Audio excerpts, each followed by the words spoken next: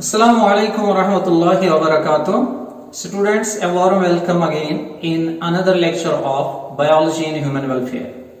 बेटे आज के लेक्चर में हम बात करेंगे about an important topic, namely tissue culture. Okay, this is very important topic. तो let's start the lecture. पहले हम देखेंगे बेटे ये टिश्यू कल्चर जो है ये होता क्या है, यानी इसकी डेफिनेशन पे आएंगे. टिश्यू कल्चर जो है it is in vitro growth. It is in vitro growth of cells, कभी tissues और कभी organs on artificial culture media. Artificial culture media, plural of medium, contained in culture vessels. और ये सारा प्रोसेस अंडर aseptic conditions,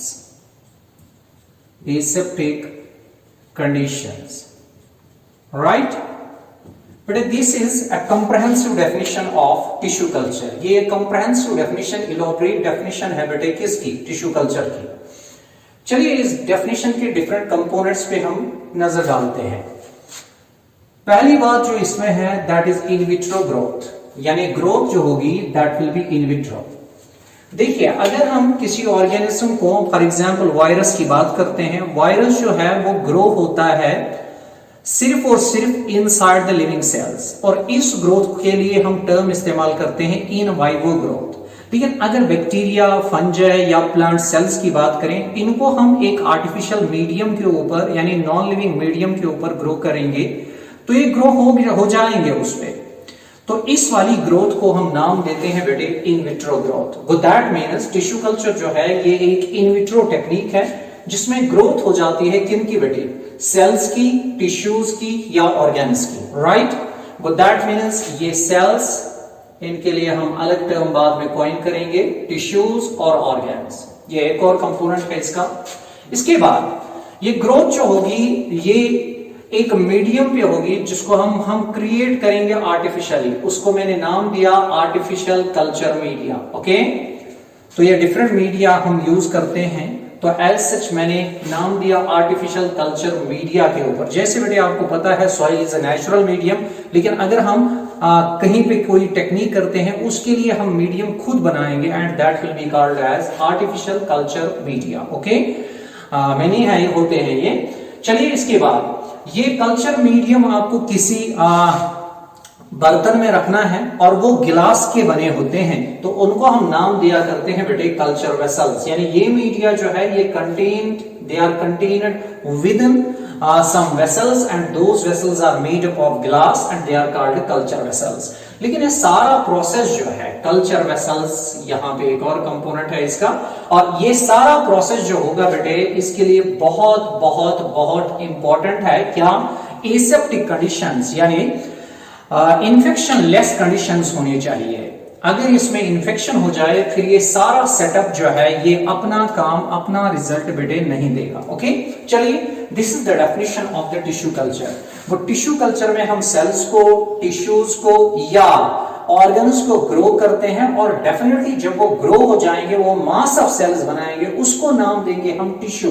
और इसीलिए general में इसके लिए टर्म जो आती है that is the tissue culture. Okay, culturing का मतलब है बेटे ग्रोथ. आप यहां नाम देंगे टिश्यू का मतलब टिश्यू का बनना, और कल्चर मतलब जब आप किसी चीज को कल्चर करके टिश्यू बनाएंगे that phenomenon will be called as the tissue culture. अब आइए ये टिश्यू कल्चर क्यों किया जाता है? एक्चुअली इसका टारगेट होता है बेटे to create a new plant. To create यानी this whole process is done to form new plants. Okay, हम नए प्लांट्स को बनाने के लिए ये करते हैं.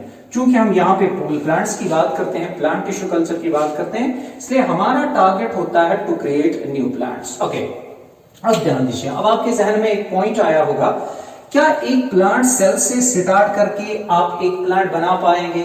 एक प्लांट टिश्यू से स्टार्ट करके आप प्लांट्स बना पाएंगे, या इसी तरह ऑर्गन्स या ऑर्गन्स से स्टार्ट करके आप प्लांट्स बना पाएंगे। बेटे एक फिनोमेनन आता है that is called cellular totipotency. Cellular totipotency, potency. Okay, इस टर्म को कॉइन किया है साइंटिस्ट ने मॉर्गन, उसका नाम है, the term was coined bye, cellular totipotency की टर्म जो है उसको कॉइन किया मॉर्गन ने, तो मैंने लिखा term given by Morgan. Now what is this cellular totipotency? अगर एक लिविंग, शाबाश, पॉइंट समझने की कोशिश करिए बेटे, living and nucleate plant cell है, यानी लिविंग भी है और न्यूक्लिएट भी है। उस प्लांट सेल के पास, living and nucleate plant cell है मेरे पास, इस living and nucleate plant cell के पास बेटे एक एबिलिटी है to form new plants. The ability of a living and nucleate plant cell to produce new plants या न्यू प्लांट भी बता सकते हैं आप। This ability is called as cellular totipotency. What's it called? And this ability is only in case of plant cells. ये ability सिर्फ plant cells के पास है, और वो सेल क्या होनी चाहिए? Living plus nucleate. अब गौर करिए, इस नए प्लांट बनाने के लिए, इस लिविंग सेल से नए प्लांट्स बनाने के लिए दो प्रोसेस जरूरी है बेटे। एक प्रोसेस का नाम है dedifferentiation, dedifferentiation, right, differentiation, और दूसरे प्रोसेस का नाम है that is called redifferentiation, redifferentiation. देखिए ये डी डिफरेंशिएशन क्या है? मान लीजिए मेरे पास एक्चुअली एक प्लांट सेल है, this is a living and nucleate plant cell, हम इसको नाम दे सकते हैं permanent plant cell. Okay, now this is a plant cell. चलिए ये प्लांट सेल है मेरे पास, इस प्लांट सेल को मैंने कुछ खास कंडीशंस दिए बेटे, चूंकि ये परमानेंट सेल थी, प्लांट सेल थी, लेकिन परमानेंट सेल है ये। ओके, इस परमानेंट सेल को मैंने कुछ खास कंडीशंस दिए कल्चर मीडिया के ऊपर, और इसके पास एबिलिटी आई डिवीजन करने की। किसकी?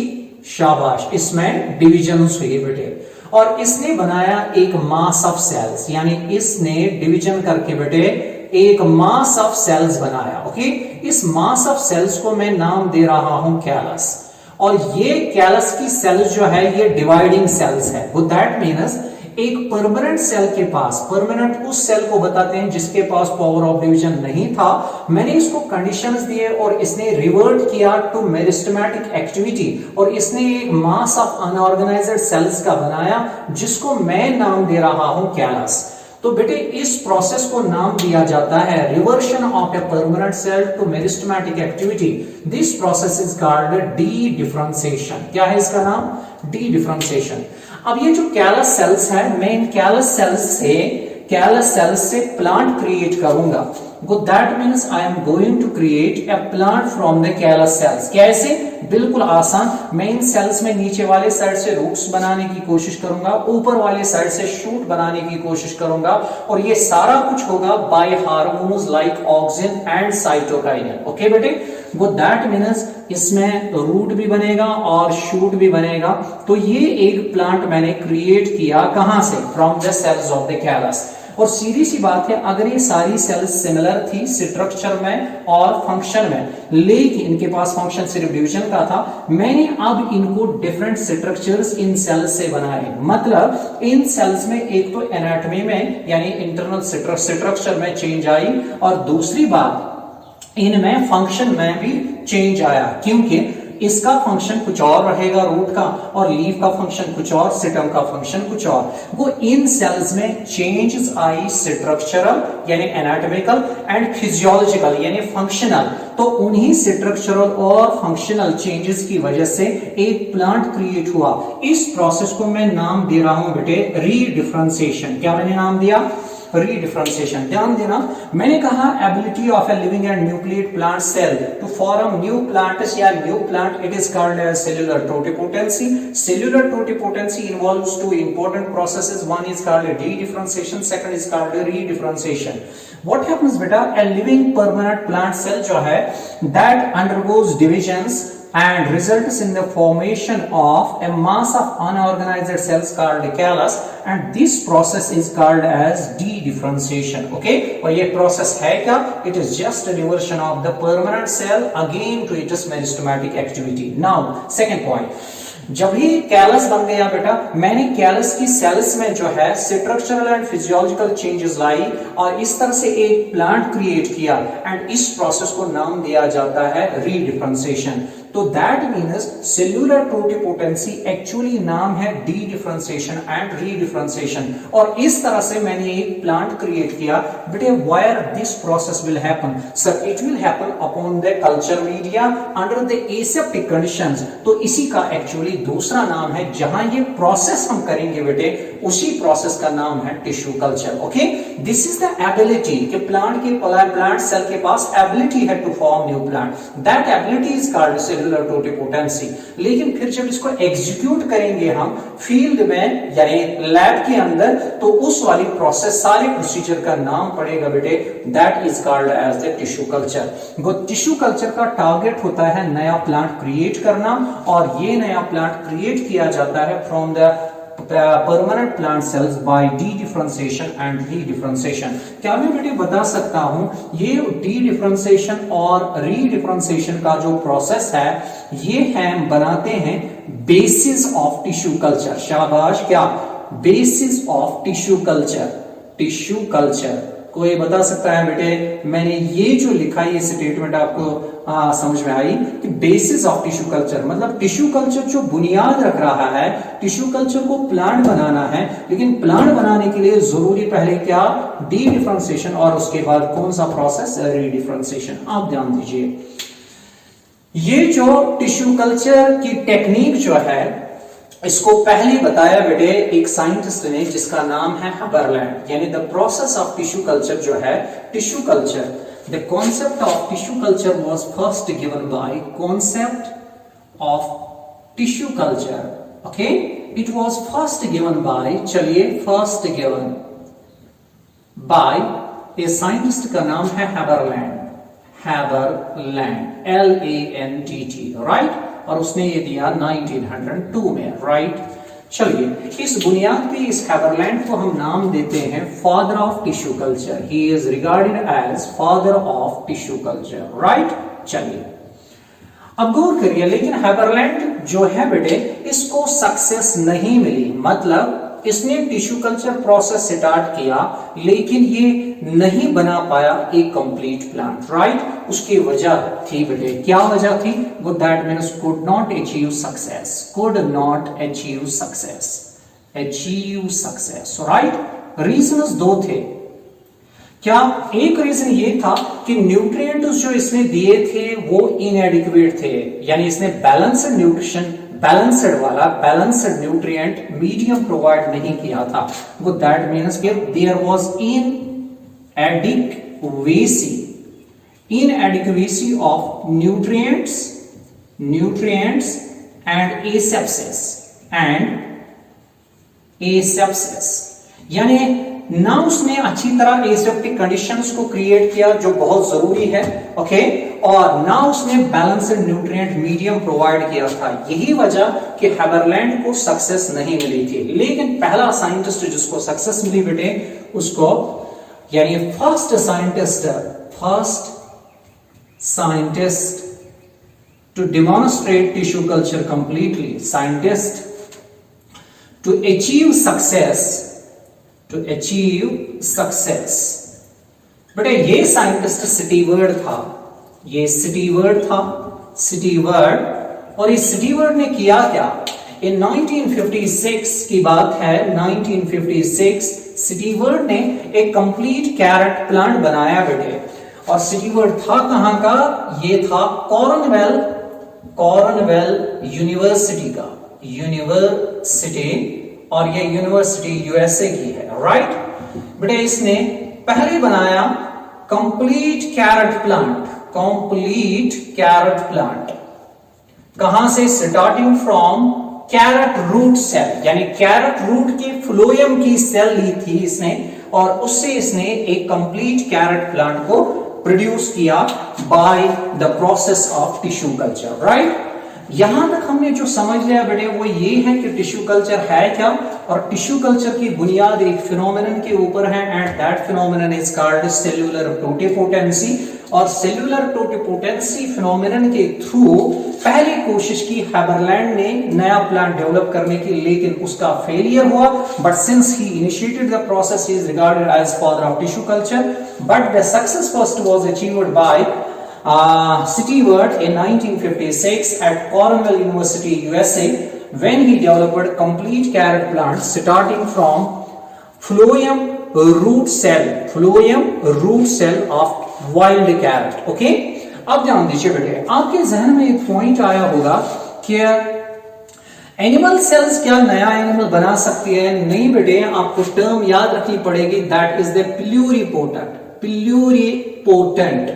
एनिमल सेल्स जो है दे आर नॉट टोटिपोटेंट बल्कि दे आर प्लूरिपोटेंट। वो दैट मींस प्लूरिपोटेंट जो है ये एनिमल सेल्स है, एनिमल सेल्स। ओके, मतलब क्या है ये प्लूरिपोटेंट का? प्लूरिपोटेंट का मतलब एनिमल सेल्स जो है दे कैन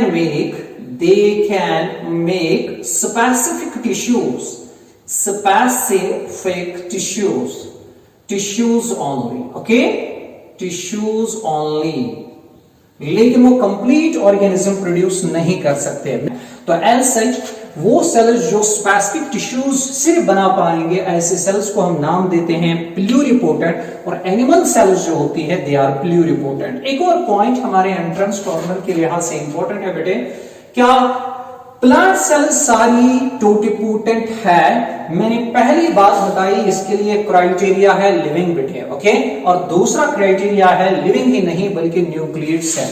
आपको कभी कंफ्यूज किया जाएगा, ध्यान दीजिए बेटे, हमारे पास सीयू सेल्स होती है जिम्नोस्पर्म्स के पास। इनके पास शाबाश, जिम्नोस्पर्म्स के पास सीयू सेल्स होती है उनके फ्लोएम में। और एंजियोस्पर्म्स की बात जब करते हैं उनमें सीयू ट्यूब एलिमेंट्स होती है। शाबाश, क्या सीयू ट्यूब एलिमेंट्स कहिए या सीयू ट्यूब मेंबर्स, ये होती है बेटे एंजियोस्पर्म्स में। ध्यान दीजिए, ये दोनों टाइप्स ऑफ सेल्स जो है दे आर लिविंग, एक क्राइटेरिया ये फुलफिल करते हैं, लेकिन इनके पास न्यूक्लियस बेटे नहीं होता है। वही दे आर लिविंग एंड इन्यूक्लिएट। ऐसे जब दूसरा क्राइटेरिया फुलफिल नहीं हुआ तो सीधी सी बात है नॉट टोटिपोटेंट। तो मेरे स्टूडेंट को शाबाश बेटे क्वेश्चन मिल सकता है कि कौन सी लिविंग प्लांट सेल टोटिपोटेंट नहीं है। तो आप याद रखना, sieve cells of gymnosperms and sieve tube elements of angiosperms. आपके जहन में एक कंफ्यूजन क्रिएट होगा, सर आपने यहां अभी बताया फ्लोएम की सेल ली थी उसने। आपको मालूम होना चाहिए बेटे, फ्लोएम में सिर्फ ये सेल्स नहीं होती है बल्कि फ्लोएम में लिविंग सेल्स भी होती है, like the companion cells, like the phloem parenchyma.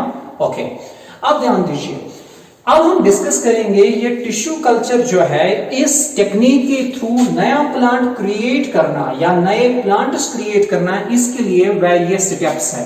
अब हम आते हैं बेटे स्टेप्स ऑफ टिश्यू कल्चर पे। Okay, steps of tissue culture, चलिए डिस्कस करते हैं। Okay, steps of tissue culture, steps of tissue culture. Tissue culture technique में ये वाले स्टेप्स बेटे इंक्लूड होते हैं। पहला पॉइंट जो इसमें है, पहला स्टेप, दैट इज एक्सप्लांट। देखिए, टिश्यू कल्चर प्रोसेस में जो भी प्लांट पार्ट आप इस्तेमाल करते हैं that is called as explant. That means any plant part used, any plant part used, alright, in TC, that means tissue culture। उस plant उस पार्ट को हम नाम देते हैं बेटे एक्सप्लांट। ये एक्सप्लांट जो है ये आप रूट से भी ले सकते हैं। You can take this explant from the stem, you can take it from the leaf, you can take it from the flower, okay, etcetera. That means हम इन पार्ट से एक्सप्लांट ले सकते हैं। लेकिन इट इज बेटर बेटे to take explant from young part, यानी young part से अगर आप एक्सप्लांट लेते हैं तो इट इज बेटर, बिकॉज वो वाला एक्सप्लांट बेटर रिजल्ट आपको दिखाएगा। वो that means young explant is preferred, young explant इसको बेटे प्रेफर किया जाता है, इट इज प्रेफर्ड। क्यों इसको प्रेफर किया जाता है? बिकॉज इसके लिए रीजन है that it will show good growth, good growth, right. Second one, explant के बाद इस एक्सप्लांट को किसी चीज पे आपको ग्रो करना है, तो दूसरी बात जो है that is culture medium, culture medium या मीडिया प्लूरल टर्म में इस्तेमाल करूं, ओके। मीडिया किसको कहते हैं, या कल्चर मीडिया या न्यूट्रिएंट मीडिया किसको कहते हैं? बेटे it is a mixture of substances, बेटे ये है मिक्सचर ऑफ सबस्टेंसेस, लेकिन ऐसे ही नहीं डालने हैं इन डेफिनेट प्रपोर्शन, उनका एक खास प्रपोर्शन होना चाहिए, इन डेफिनेट क्वांटिटीज या इन डेफिनेट प्रपोर्शन, राइट। अब देखिए ये डिफरेंट सबस्टेंसेस का मिक्सचर है, लेकिन वो सबस्टेंसेस कौन है इसमें? इसमें बेटे सुक्रोज होता है, सुक्रोज मीडियम में, और ये सुक्रोज यूज करेंगे जो एक्सप्लांट की सेल्स है एनर्जी जनरेशन के लिए भी, और जो उनको बाद में बनाने हैं बायोमोलिक्यूल्स, उनके कार्बन स्केलेटन के लिए भी वो यूज करेंगे किसको? सुक्रोज। बहुत इंपॉर्टेंट, मैंने दो बातें बताई, यानी ये सुक्रोज एक्ट करेगा कार्बन स्केलेटन के लिए भी जो नए बायोमोलिक्यूल्स बनाने हैं, और एनर्जी जो हासिल करनी है इन सेल्स को बेटे ताकि वो अपने एक्टिविटीज मेटाबॉलिज्म को रन करें, उसके लिए भी वो ये इसी को यूज करेंगे। वो सुक्रोज के लिए इंपॉर्टेंट आप याद रखेंगे, it is carbon and energy source, energy source किनके लिए? For the cells of the explant, that's understood. Second point, इसमें होते हैं इनऑर्गेनिक न्यूट्रिएंट्स, इनऑर्गेनिक न्यूट्रिएंट्स, क्योंकि आपको मालूम है बेटे प्लांट्स को नीड होती है 17 एसेंशियल एलिमेंट्स की, हमें वो 17 एसेंशियल एलिमेंट्स इसमें डालने हैं। तीसरी बात, इसमें सम विटामिन्स भी डाले जाते हैं, सम विटामिन्स, विटामिन्स बेटे सम अमाइनो एसिड्स भी डाले जाते हैं, some amino acids, amino acids like हम डालते हैं बेटे ग्लाइसिन और lysine, glycine plus lysine, okay. और इसके अलावा इसमें ग्रोथ हार्मोन्स डालने होते हैं, ग्रोथ हार्मोन्स, ये बहुत इंपॉर्टेंट पॉइंट है, हार्मोन्स। सर कौन से ग्रोथ हार्मोन्स डालने हैं? रिमेंबर बेटे जो ग्रोथ हार्मोन्स हम टिश्यू कल्चर में इस्तेमाल करते हैं वो दो है, एक है बेटे ऑक्सिन और या ऑक्सिन्स, और दूसरा है बेटे साइटोकाइन्स, ओके, साइटोकाइन। वो auxin and cytokinin hormones are used. इस तरह से ये एक मिक्सचर ऑफ सबस्टेंसेस बना, और इस मिक्सचर ऑफ सबस्टेंसेस को मैं नाम दे रहा हूं कल्चर मीडियम या न्यूट्रिएंट मीडियम। अगर इनकी कहीं पे वेरिएशन हम करते हैं, डिफरेंट होते हैं ये या मैनी होते हैं, तो टर्म लग जाती है मीडिया, ओके। अब ध्यान दीजिए, अगर टिश्यू कल्चर टेक्निक के लिए मुख्तलिफ मीडिया बनाए गए, डिपेंडिंग अपॉन की कोई एक प्रपोर्शन न्यूट्रिएंट्स का रखता है, कोई उस प्रपोर्शन में थोड़ी तब्दीली लाता है, लेकिन बेस्ट मीडियम जो टिश्यू कल्चर्स के लिए डेवलप किया गया वो 1962 में दो साइंटिस्ट्स ने डेवलप किया। वो दैट मीन्स मैं इधर लिखूं many media are available, many media available या आर अवेलेबल, लेकिन बेस्ट वन जो है इधर बहुत इंपॉर्टेंट, जो बेस्ट जो अच्छे रिजल्ट दिखाता है टिश्यू कल्चर में, बेस्ट वन, उसको नाम देते हैं बेटे MS medium. What's that called? MS medium. Sir ये एमएस स्टैंड्स किसके लिए कर रहा है? ये एमएस स्टैंड बेटे इसका मतलब है Murashige and Skoogs medium, Murashige, Murashige and Skoogs medium, Skoogs medium. ये दो साइंटिस्ट थे जिन्होंने इसको डेवलप किया इन 1962। दैट मीन्स आपसे कभी पूछा जाएगा best medium for tissue cultures जो है that is pronounced as Murashige and Skoogs medium and abbreviated as MS medium. आप ध्यान दीजिए, ये जो मीडियम है बेटे इसको हम मेंटेन करते हैं एट अ पीएच। इधर मैं लिखूंगा इस मीडियम को हम पीएच जो देते हैं इसका पीएच मेंटेन करना होता है 5 to 7। वो टिश्यू कल्चर मीडियम के लिए जो हमें पीएच चाहिए that is 5 to 7। This is medium is a mixture of substances which supports the growth of the explant cells and इसमें सुक्रोज होता है as carbon and energy source, inorganic nutrients होते हैं, कुछ विटामिन्स होते हैं, some amino acids like glycine and lysine होते हैं and growth hormones like auxin and cytokinins होते हैं। और खास पॉइंट बेटे यहां पे हम ये जो साइटोकाइनिन्स और ऑक्सिन्स इंट्रोड्यूस करते हैं इस मीडियम में ये आर्टिफिशियल होते हैं, लेकिन एक खास पॉइंट हमारे एंट्रेंस के लिए ये आर्टिफिशियल के बजाय हम नेचुरली भी डाल सकते हैं। इसका नेचुरल सोर्स क्या है that is endosperm of coconut, endosperm of coconut and also endosperm of unripe maize grains, unripe maize grains, okay. जब मेज ग्रेन्स की बात करेंगे इमेच्योर स्टेज पे उनको आप अगर चबाएंगे उससे वो मिल्की सिक्रीशन निकलती है बेटे उसमें, और इसी तरह लिक्विड एंडोस्पर्म जिसको कोकोनट मिल्क हम बताते हैं उसमें भी साइटोकाइनिन्स रिच होते हैं बेटे। एज सच आपको साइटोकाइनिन डालना है आप इंस्टेड ऑफ आर्टिफिशियल इसी अनराइप शाबाश अनराइप मेज ग्रेन्स का एंडोस्पर्म डाल सकते हैं या कोकोनट मिल्क डाल सकते हैं। तो आप याद रखना बेटे they are the natural sources of cytokinin जिनको आप यूज कर सकते हैं टिश्यू कल्चर टेक्निक में। चलिए हम अब जाते हैं बेटे that is the third point. वो पॉइंट है that is aseptic conditions. Aseptic conditions, देखिए इस पॉइंट को समझिए, यही फेलियर हुआ था किसका, हेबरलैंड का।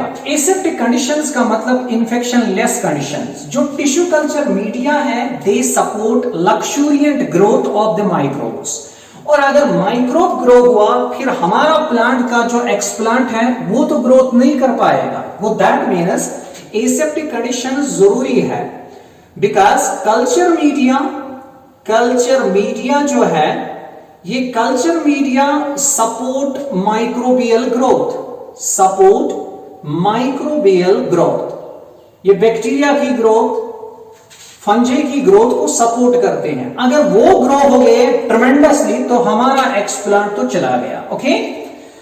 एज सच हमें चाहिए इस ग्रोथ को रोकने के लिए बेटे we need sterilization conditions, aseptic conditions, antimicrobial conditions, okay, disinfectant conditions. What that means as such aseptic conditions are required किसके लिए for the growth of the explant।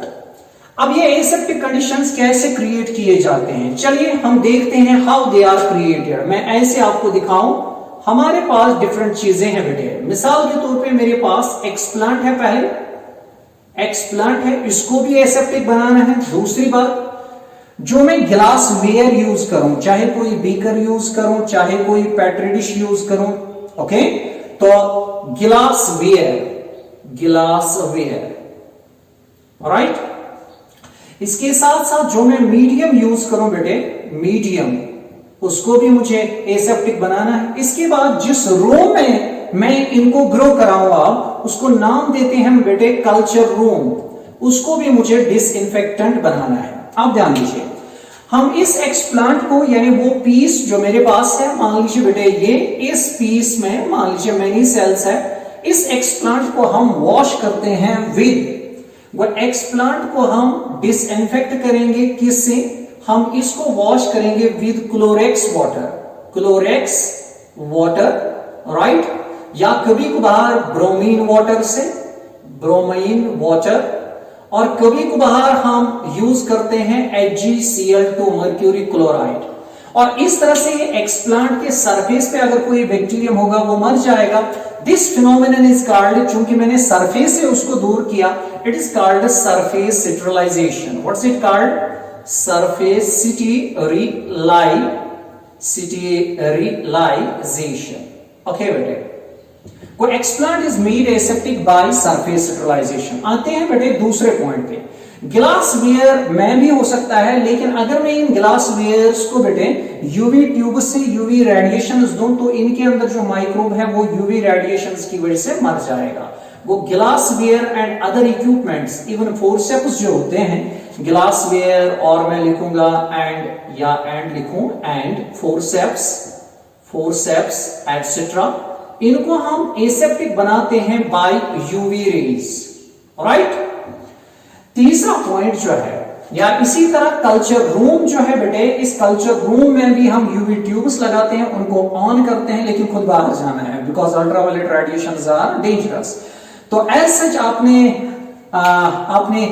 24 hours उनको ऑन रखा है। इस रूम में जो भी माइक्रोब्स है वो मर चुके होंगे बेटे। ओके, वो culture room is made aseptic again by UV rays. लेकिन बहुत इंपॉर्टेंट बेटे यहां पे मीडियम है। इस मीडियम को हम एसेप्टिक बनाने के लिए क्या करते हैं, हम इस मीडियम को जो किसी गिलास वेसल में है, बड़े पेट्री प्लेट में है, हम इसको डालते हैं एक मशीन के अंदर, जिस मशीन का नाम है ऑटोक्लेव। क्या है? मैंने नाम दिया इस मशीन का ऑटोक्लेव। राइट। इस ऑटोक्लेव में इलेक्ट्रिक सप्लाई होती है बेटे, और इसमें हाई टेम्परेचर और स्टीम बन जाती है, high temperature and steam.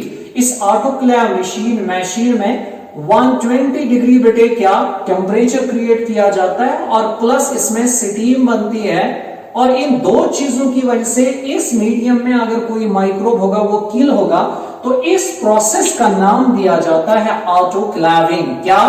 Autoclaving. Right. यानी ऑटोक्लेव मशीन में हाई टेम्परेचर और स्टीम की वजह से मीडियम को एसेप्टिक बनाने की प्रोसेस को नाम दिया जाता है ऑटोक्लेविंग।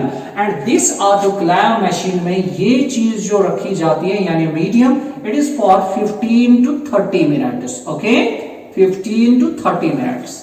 इस तरह से मैंने इन चीजों को बेटे क्या किया, एसेप्टिक बनाया। और नाउ कल्चर रूम जो है इसको भी dust free and it is maintain. वो कल्चर रूम जो है it is made dust free. Okay, और उसके साथ साथ and maintain at a temperature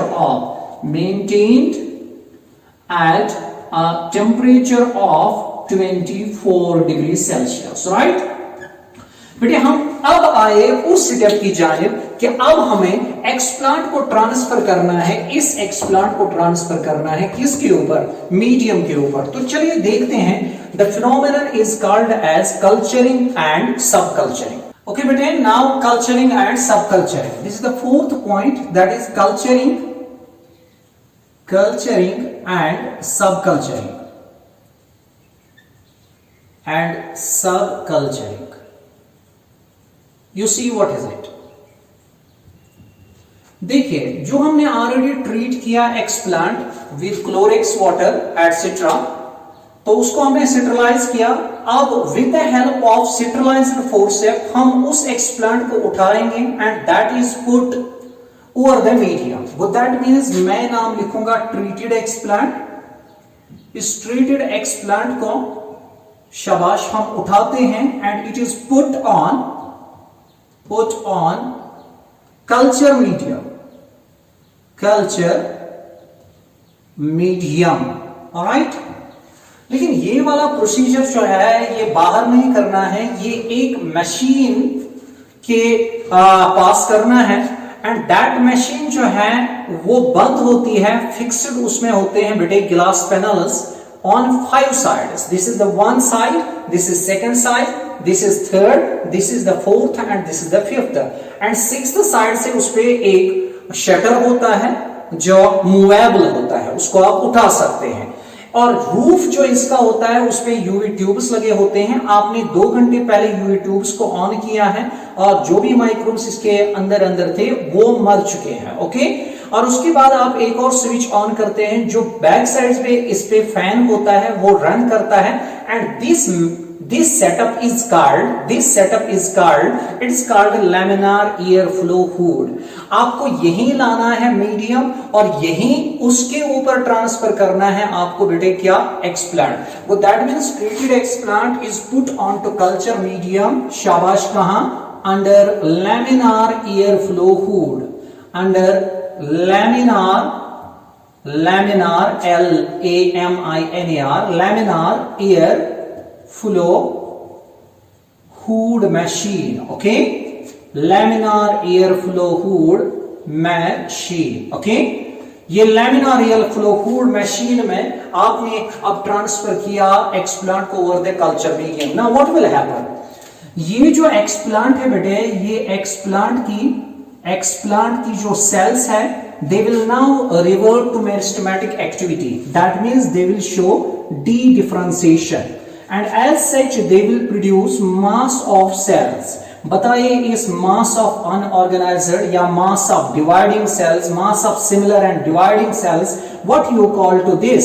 Sir, this is called as callus. Okay, अब ये callus बना इसके ऊपर, किसके ऊपर बेटे, अपॉन द मीडियम। लेकिन आपको याद रखना है अगर ये मीडियम आपको कैलस बनाने के लिए है बेटे तो this medium, culture medium, it is to be solidified, यानी सॉलिडिफाइड, यानी for the formation of the callus, अगर आपका टारगेट कैलस बनाना है तो आपको इस कल्चर मीडियम को सॉलिड करना है। अभी तक मैंने सॉल्यूशन फॉर्म में इसको क्रिएट किया था लेकिन मुझे कैलस टारगेट है बनाना पहले, इसलिए मुझे इसको सॉलिडिफाई करना है।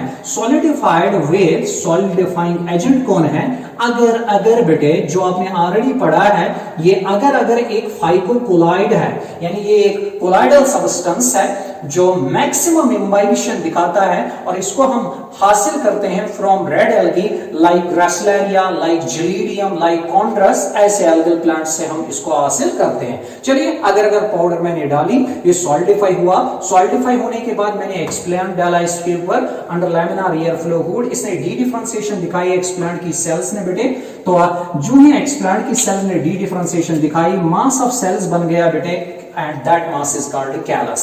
Remember this callus formation जो होती है बेटे, it occurs within callus formation जो है, इधर मैं लिखूंगा this process will take 2 to 3 weeks, इसमें 2 से 3 हफ्ते लगेंगे and it occurs under darkness.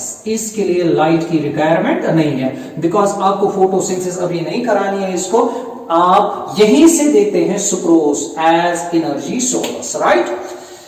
इस तरह से मैंने कल्चरिंग पढ़ाया बेटे आपको। कल्चरिंग का मतलब क्या है कि जो ही आप ट्रांसफर करते हैं एक्सप्लांट की सेल्स, उनकी ग्रोथ हो रही है, उनकी डिविजन्स के लिए, तो उनकी ग्रोथ और डिविजन्स के लिए आप टर्म जो करते हैं इस्तेमाल, that is the culturing. What's that called, culturing.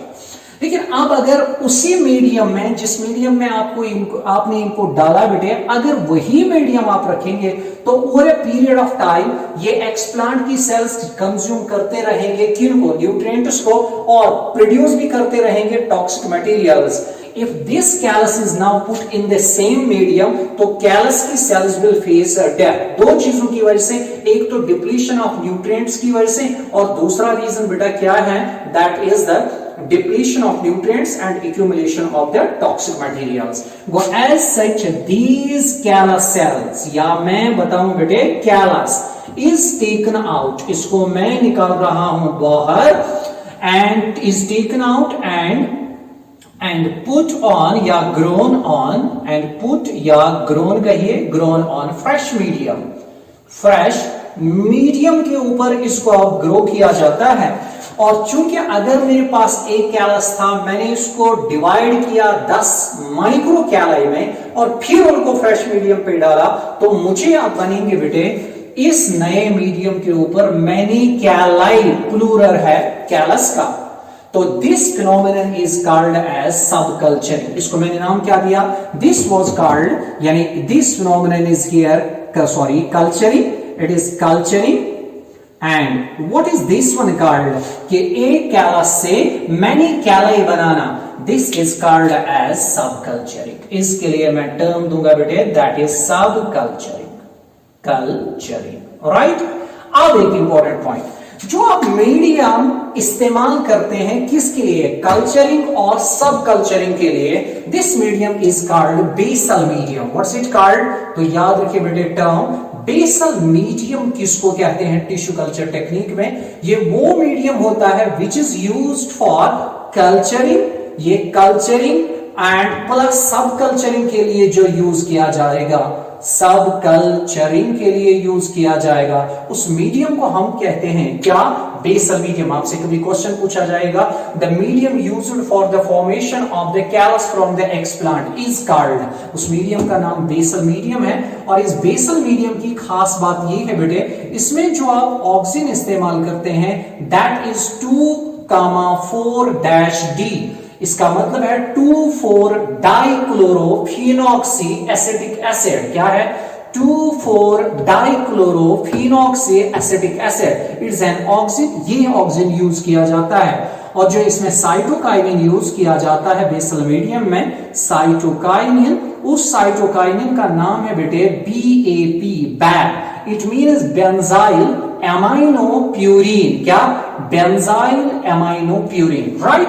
चलिए बेटे, इस तरह से हमने मैनी कैलाई बनाए, starting from the explant, first I produced the callus and from the callus I produced many calli. Okay, now I am going to पांचवें point पे मैं चल रहा हूं, that is formation of plantlets, formation of plantlets, plantlets, right.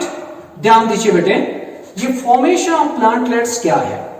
अब मैं इन कैलाई को निकालता हूं बाहर, अब मैं इन कैलाई को जो सब कल्चरिंग से मुझे मिले, दे आर कैलाई, शाबाश, इन कैलाई को मैं निकालता हूं बाहर और इनको मैं ब्रेक करता हूं इनटू पीसेस, यानी मैंने एक कैलाई से मान लीजिए 10 पीसेस बनाए, मेरे पास 10 कैलाई थे, मैंने 100 पीसेस बनाए, ओके। और इन पीसेस को, these pieces are transferred, they are transferred to differentiating medium। मैं कुछ और कहने लगा हूं बेटे, differentiating medium, differentiating medium, यानी इनको अब मैं ट्रांसफर कर रहा हूं किस मीडियम में, डिफरेंशिएटिंग मीडियम। आप गौर करना बेटे, यहां एक इंपॉर्टेंट पॉइंट ये है कि ऑक्सीजन टू साइटोकाइनिन रेशियो जो इस बेसल मीडियम में होता है वो होता है 1:1, बहुत इंपॉर्टेंट, यानी oxygen to cytokinin ratio for the basal medium it is 1:1।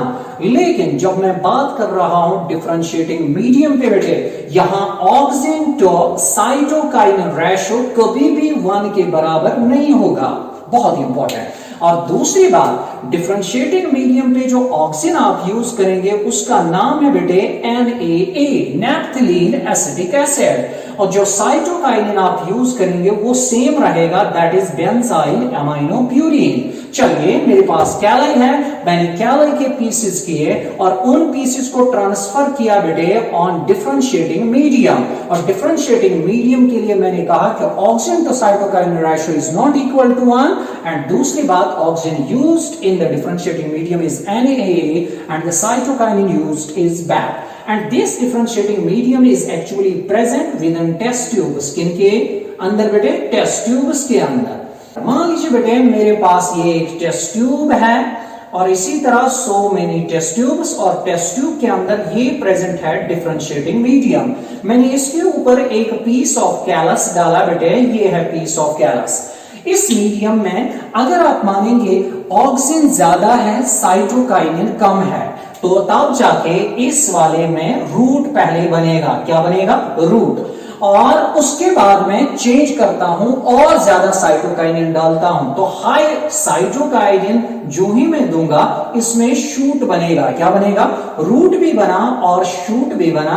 अब ये एक प्लांट बना बेटे, तो इस छोटे प्लांट को मैं नाम दे रहा हूं प्लांटलेट, क्या दे रहा हूं, प्लांटलेट। गौर करना बेटे, मैंने डिफरेंशिएटिंग मीडियम के ऊपर पीस ऑफ कैलस डाला, उस पीस ऑफ कैलस में मैंने रूट और शूट फॉर्मेशन इंड्यूस की, और इस प्रोसेस को नाम दिया जाता है मॉर्फोजेनेसिस, क्या दिया जाता है, मॉर्फोजेनेसिस, यानी genesis means formation and morpho means structure, यानी प्लांट जैसा स्ट्रक्चर ये आ गया, प्लांट जैसी सूरत इसकी बन गई। And it is also called, मैंने रूट और शूट्स बनवाए दूसरे अंदाज में, मैंने इसमें ऑर्गेन्स क्रिएट किए, it is called organogenesis. What's it called? Organogenesis. या तीसरे अंदाज से मैंने रूट्स इंड्यूस इसमें किए तो या रीजनरेट किए तो it is also called regeneration. What's it called? Because जहां से ये जिस प्लांट से मैंने एक्सप्लांट को लाया था बेटे, तो उसमें भी रूट्स और शूट्स थे, मैंने अगेन इसमें रूट्स और शूट्स बनाए, तो प्रोसेस के लिए मैं टर्म इस्तेमाल करूं रीजनरेशन। मॉर्फोजेनेसिस कहिए, ऑर्गेनोजेनेसिस कहिए या रीजनरेशन कहिए, बेटे ये प्रोसेस जिस मीडियम पे हो जाता है that's called differentiating medium. Okay, and this small plant is called as the plantlet. मैंने इस छोटे प्लांट को नाम दिया बेटे क्या?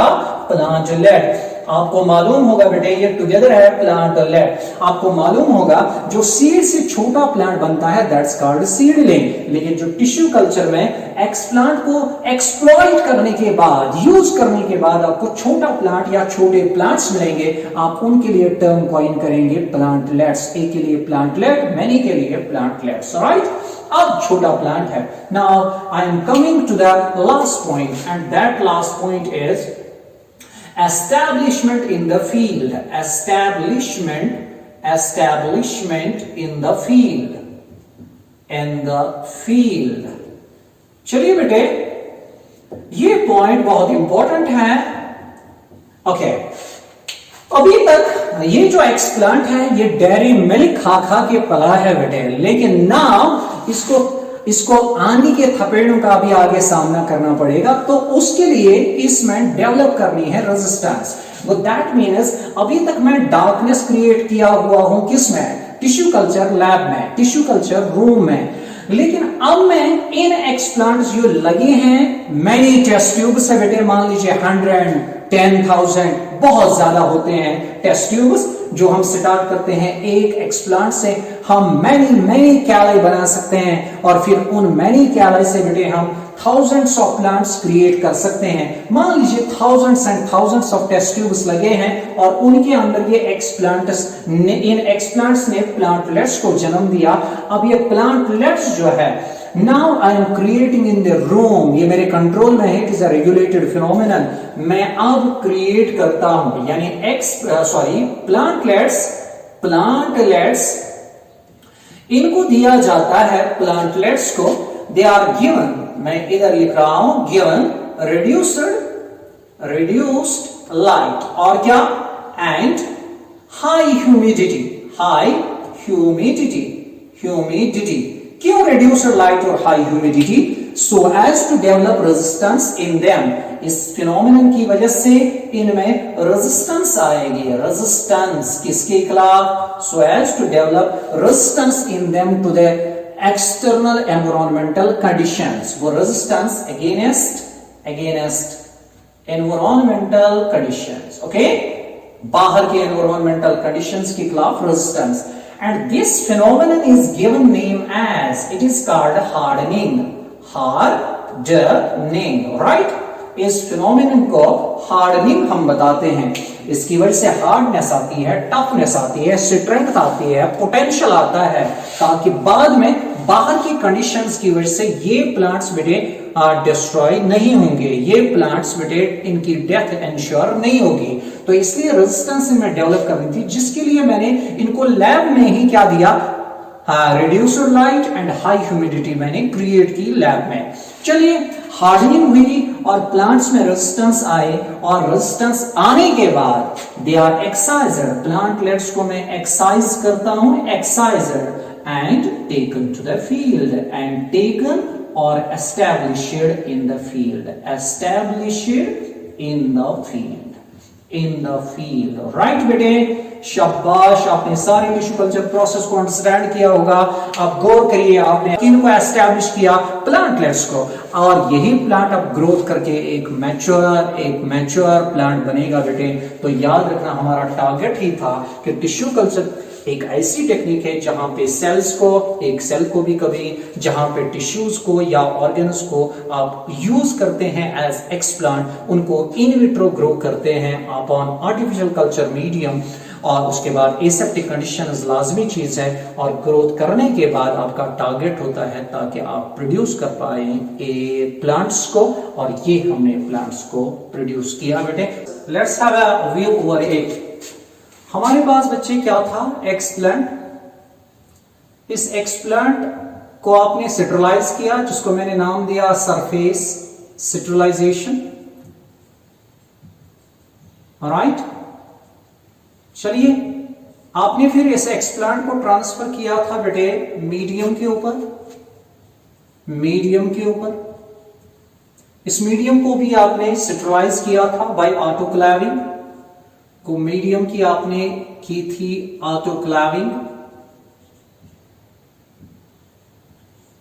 और इस मीडियम के ऊपर बेटे ग्रो किया एक्सप्लांट ने, और ग्रो करने के बाद इसने बनाया था कैलस।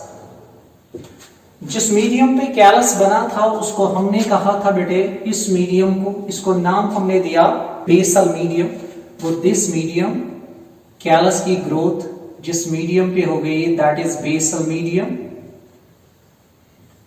इस कैलस को मैंने पीसेस में डिवाइड किया, या पहले सब कल्चरिंग इसकी की। चलिए, कैलस की बाद में मैंने सब कल्चरिंग की और मुझे मैनी कैलाई मिले। वो सब कल्चरिंग, सब कल्चरिंग, सब कल्चरिंग से मुझे मैनी कैलाई मिले, मैनी कैलाई। अब मैं इन कैलाई को डिवाइड करता हूं इनटू पीसेस, यानी मैनी कैलाई को मैंने पीसेस में डिवाइड किया, और हमें मिले बेटे उन पीसेस से बाद में प्लांट लेट्स, ओके। और जिस मीडियम में हमने प्लांटलेट्स को क्रिएट किया उसको हमने नाम दिया था डिफरेंशिएटिंग मीडियम, डिफरेंशिएटिंग मीडियम।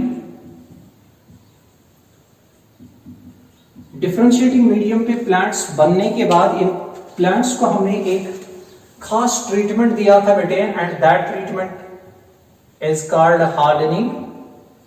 और हार्डनिंग का ट्रीटमेंट देने के बाद हमने इनको एस्टैब्लिश्ड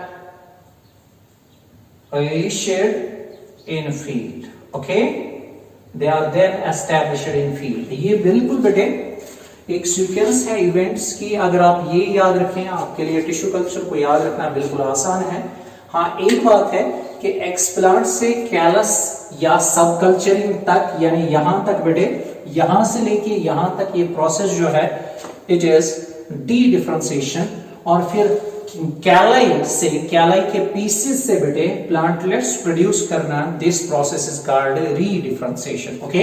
यानी मैं आपको ये भी बता सकता हूं, यहां से बेटे जब आप इस प्रोसेस को लेते हैं अप टू हियर, ओके, यहां तक जब आप इस प्रोसेस को, इसको हम नाम दे सकते हैं डी डिफरेंशिएशन, राइट।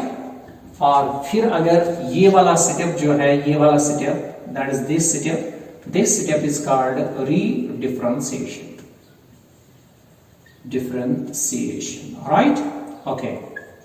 अब आइए, on the basis of in vitro growth tissue culture is of two types. यानी मैं क्राइटेरिया बना रहा हूं on the basis of in vitro growth, in vitro growth यानी कैसी ग्रोथ हो रही है, तो उस लिहाज से टिश्यू कल्चर जो है it is of two types. इस ग्राउंड पे टिश्यू कल्चर जो बेटे है दैट्स ऑफ टू टाइप्स। आप गौर करिए, ये दो टाइप्स क्या है। One is called as callus culture, एक को मैं नाम दे रहा हूं बेटे, one is called callus culture, और दूसरा जो है that is called as suspension culture. The second one is called as suspension culture. गौर करिए बेटे, इन दोनों पे बहुत इंपॉर्टेंट है ये। कैलस कल्चर है क्या? कैलस कल्चर के केस में हम जो मीडियम यूज करते हैं दैट इज सॉलिड। वो दैट मीन्स मीडियम जो है, मीडियम उसको हम सॉलिडिफाई करते हैं, सॉलिडिफाइड, और सॉलिडिफिकेशन के लिए हम जो यूज करते हैं दैट इज अगर अगर। पहला पॉइंट आपने ये समझ लिया। दूसरा पॉइंट, जो यहां एक्सप्लांट हम यूज करते हैं बेटे, एक्सप्लांट वो जो ही हम डालते हैं इस सॉलिडिफाइड मीडियम के ऊपर, ये एक्सप्लांट की सेल्स डी डिफरेंशिएट होके बेटे, तो मैं स्टेप्स दे रहा हूं, डिविजन्स करते हैं और उसकी वजह से हमें मिलता है callus, mass of unorganised cells. इसीलिए इसका नाम आया बेटे कैलस कल्चर। ये जो कैलस बन रहा है, मैंने ऑलरेडी बताया कि कैलस की फॉर्मेशन 2 to 3 वीक्स में हो रही है।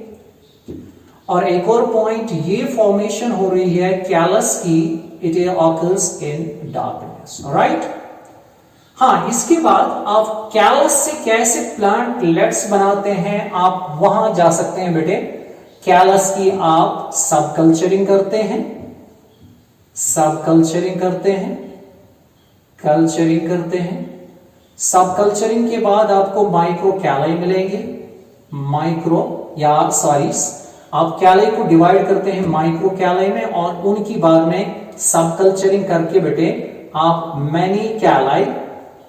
मैनी कैलाई हासिल करते हैं। इनको आपने डिवाइड इनटू पीसेस किया और वो पीसेस आपने डिफरेंशिएटिंग मीडियम पे डाले, डिफरेंशिएटिंग मीडियम पे डाले। डिफरेंशिएटिंग मीडियम पे बेटे ऑर्गेनोजेनेसिस होगी और आपको मिलेंगे प्लांटलेट्स।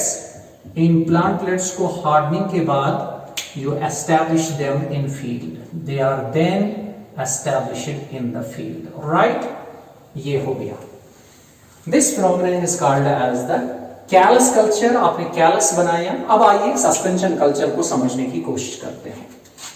सस्पेंशन कल्चर में पहला पॉइंट, जो आप मीडियम यूज करते हैं, मीडियम वो बेटे सोल्यूशन फॉर्म में होता है या कहिए लिक्विड में। वो मीडियम लिक्विड या सॉल्यूशन स्टेट में होता है, लिक्विड कहिए या सॉल्यूशन स्टेट में। पहला पॉइंट, इधर अगर यूज नहीं करना है। दूसरा पॉइंट जो इसमें है, और यहां पे एक पॉइंट और भी मैं बताऊं, यहां पे आपने जो ऑक्सीजन यूज किया बेटे, दैट ऑक्सीजन इज 2,4-D, और साइटोकाइनिन जो आप यूज करते हैं दैट इज बैड, राइट। चलिए अब आते हैं इधर। तो जब हम बात करते हैं सस्पेंशन कल्चर में, सेकंड पॉइंट जो हमारे पास है वो ये है कि explant used is small sized, यानी एक्सप्लांट जो यूज किया जाता है ये स्मॉल साइज्ड होता है, इट इज स्मॉल साइज्ड, यही मैं लिखूं स्मॉल साइज्ड है ये। इस एक्सप्लांट को आप डालते हैं बेटे किस में, सॉल्यूशन में, यानी put in solution, put in solution. जो इस सॉल्यूशन में आपने डाला, अब इस सॉल्यूशन को आप शेक करते हैं। आप बीकर में सॉल्यूशन है, सॉल्यूशन में डाला एक्सप्लांट, आप इसको अब शेक करते हैं ओवर ए शेकर। वो that means this solution containing the explant it is agitated on A shaker, on a shaker, alright. और ये एजिटेट किया जाता है at a rate of 100 to 250 RPM, revolutions per minute। इस रोटेशन या एजिटेशन की वजह से क्या होगा, एक्सप्लांट की सेल्स बेटे एक दूसरे से सेपरेट होंगे, राइट। वो दैट मीन्स जो ही आपने बीकर लिया, बीकर में आपने सॉल्यूशन डाला, सॉल्यूशन में आपने एक्सप्लांट डाला, एक्सप्लांट की सेल शेक करने की वजह से बेटे एक दूसरे से दूर दूर हो गई, ओके। चलिए ये सेपरेट हो गई, लेकिन चूंकि अब इसमें आप ऑक्सीजन और साइटोकाइनिन दोनों डालते हैं, again there will be dedifferentiation. वो दैट मीन्स इसके बाद जो है सेल्स सेपरेट, जो ही सेल्स सेपरेट हो गए एंड डी डिफरेंशिएट, जो ही सेल्स ने डी डिफरेंशिएशन की, अब वो बनाएंगे नई सेल्स जिनको हम नाम देंगे डॉटर सेल्स। यानी एक सेल सेपरेट हो गया, अब वो सेल डिवाइड हो गई, उसने दो बनाए, तो इन सेल्स को, जो एक सेल से दो सेल्स बनते हैं, दीज आर कॉल्ड डॉटर, और वो जो उनकी सेल थी दैट इज पेरेंट और मदर सेल। चलिए, ये जो डॉटर सेल्स है इनको कंटिन्यूअसली हम शेक करते रहते हैं, एजिटेशन, एजिटेशन तो कंटिन्यूअस है, ये भी सेपरेट होती है, सेपरेट। ओके, तो आप मुझे बताइए ये प्रोसेस कंटिन्यू है, अब वो सेल्स डिवाइड और करेंगे और बनेंगे सेल्स, लेकिन आप कंटिन्यूअसली शेक करते रहते हैं, तो क्या आपको यहां इंडिविजुअल सेल्स मिलेंगी या callus? Sir we get here individual cells, individual cells. Okay, ये जो इंडिविजुअल सेल्स हमें मिली बेटे, जो ही हम इस बीकर को लेते हैं, एज पर द केमिस्ट्री इस सोल्यूशन का डायमेंशन सस्पेंशन वाला आता है, and that's why this is not callus culture. आपको कैलस नहीं मिल रहा है, आपको इंडिविजुअल सेल्स मिल रहे हैं, और जो सोल्यूशन है एज पर द केमिस्ट्री उसका डायमेंशन जो है that's not of the true solution, that's not of the colloidal, but that is of the suspension solution के डायमेंशन में है। And remember that's why this is called as the suspension culture। अब आपके जहन में एक पॉइंट होगा, sir इन individual cells का क्या करेंगे हम? ओके, इन इंडिविजुअल सेल्स को मैं दूंगा बेटे, I will give to these cells very high concentration of 2,4-D। Okay, जो ही इन इंडिविजुअल सेल्स को निकालने के बाद मैंने इनको प्रोवाइड किया 2,4-D की high concentration, these get transformed into embryos। किस पे बेटे? इन्होंने डिवाइड करके क्रिएट किया हर सेल ने, मान लीजिए ये है सेल, इसने डिवीजन किया और डिवीजन करने के बाद इसने स्ट्रक्चर ऐसा बनाया, मान लीजिए डाइकॉट वाला एम्ब्रियो, कोई मोनोकॉट वाला embryo. What are these embryos now called, which are obtained from the cells obtained from the suspension culture? These embryos are called embryoids, embryoids. Okay, because they are not the embryos obtained from the zygote, they are obtained from the cells of the explant, they are called embryoids, or they are also called somatic embryos, somatic embryos, embryos, right? Now these somatic embryos or embryoids, इनको मान लीजिए this is a somatic embryo बेटे, this is somatic embryo, और इस somatic embryo के around now we provide a covering of sodium और calcium alginate. वो somatic embryos जो है इनके दे आर एनकैप्सुलेटेड या covered, encapsulated with sodium alginate और calcium alginate, calcium alginate.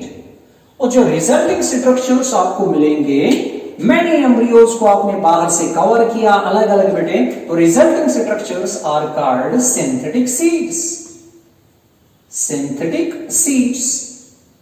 Okay, और they are called synseeds, synseeds, और they are called artificial seeds, artificial seeds, right?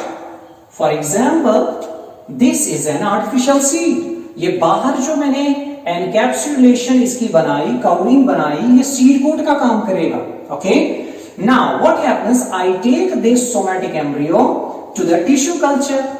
मैं इसको टिश्यू कल्चर मीडियम पे ले रहा हूं, इसको सॉइल में ना डालिए, it is taken to the tissue culture medium, and ये सोमैटिक एम्ब्रियो वहां पे जर्मिनेट होगा, जर्मिनेट होगा, और बेटे ये प्रोड्यूस करेगा what we again call as plantlet, and this plantlet is then given a period of this plantlet, okay, this plantlet is now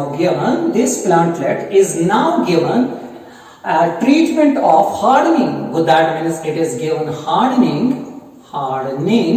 and then it is established in the field, it is established in the field। okay, तो इसी तरह यहां पे हमने field में इनको लिया था और यहां भी फील्ड है। तो आपको एक क्वेश्चन कभी मिल सकता है बहुत शॉर्ट, व्हाट आर आर्टिफिशियल और सिन सीड्स? आर्टिफिशियल और synthetic seeds are those seeds which are produced from शाबाश सोमैटिक एम्ब्रियोज। कहां से? Somatic embryos. And somatic embryos और embryoids are those embryos which are produced from the individual cells of suspension culture after giving a high treatment of 2,4-D। Okay, और बात याद रखना बेटे, asked exams का question है कि ये जो एम्ब्रियो बना है एक सेल से, जैसे जाइगोट डिवीजन करके एम्ब्रियो बनाती है by going through different stages, बिल्कुल वही स्टेजेस इसमें आते हैं। मतलब ये जो एक सेल है, पहले ये एक स्टेज कवर करती है, फिर दूसरा स्टेज, फिर तीसरा स्टेज, और वो स्टेजेस मैच करते हैं जब जाइगोट एक एम्ब्रियो बनाती है, बिल्कुल वैसे ही स्टेजेस। मतलब आपको याद रखना है बेटे, somatic embryo develops on the pattern of zygotic embryo, right. तो इस तरह से दो टाइप्स टिश्यू कल्चर के, one is called suspension culture and second one is called ये वाला सस्पेंशन कल्चर और ये वाला बेटे कैलस कल्चर। ओके, होप आपने सारे लेक्चर को अंडरस्टैंड किया होगा और एंजॉय किया होगा। Thank you.